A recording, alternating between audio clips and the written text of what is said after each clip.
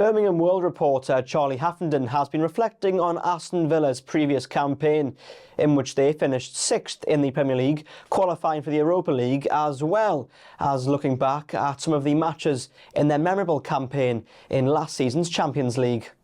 I think it's difficult to pick just one, to be honest. The Champions League run was just incredible. Qualifying for it in the first place was such an achievement. I think even if Villa got knocked out in that league phase, they wouldn't have been too disappointing. At least they would have had the opportunities to play within it.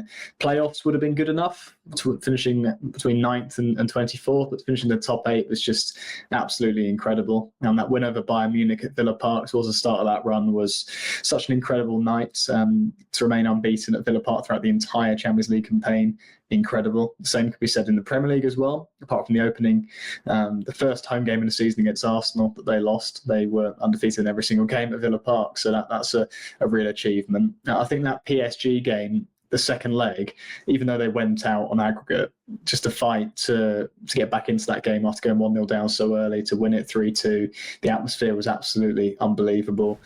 And Haffenden has also spoken about Birmingham City and the need for the Blues to carry on their momentum found in winning League One into the Championship next season.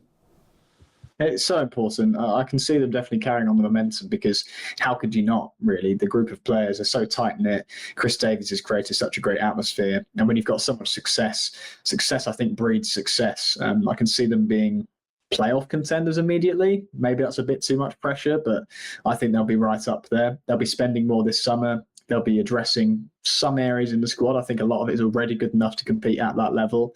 And we could see an Ipswich Town. We absolutely could. But I think it's a story of Birmingham, not of Ipswich. It's their own story. As well, the developments under the new ownership with Tom Wagner, Tom Brady getting involved as well. There's a worldwide appeal coming to Birmingham, and when they've got the plans of a new stadium in the next 10 years or so, the new sports quarter in Birmingham, it's the whole project. It's not just the footballing side of it. I think it's very exciting for them.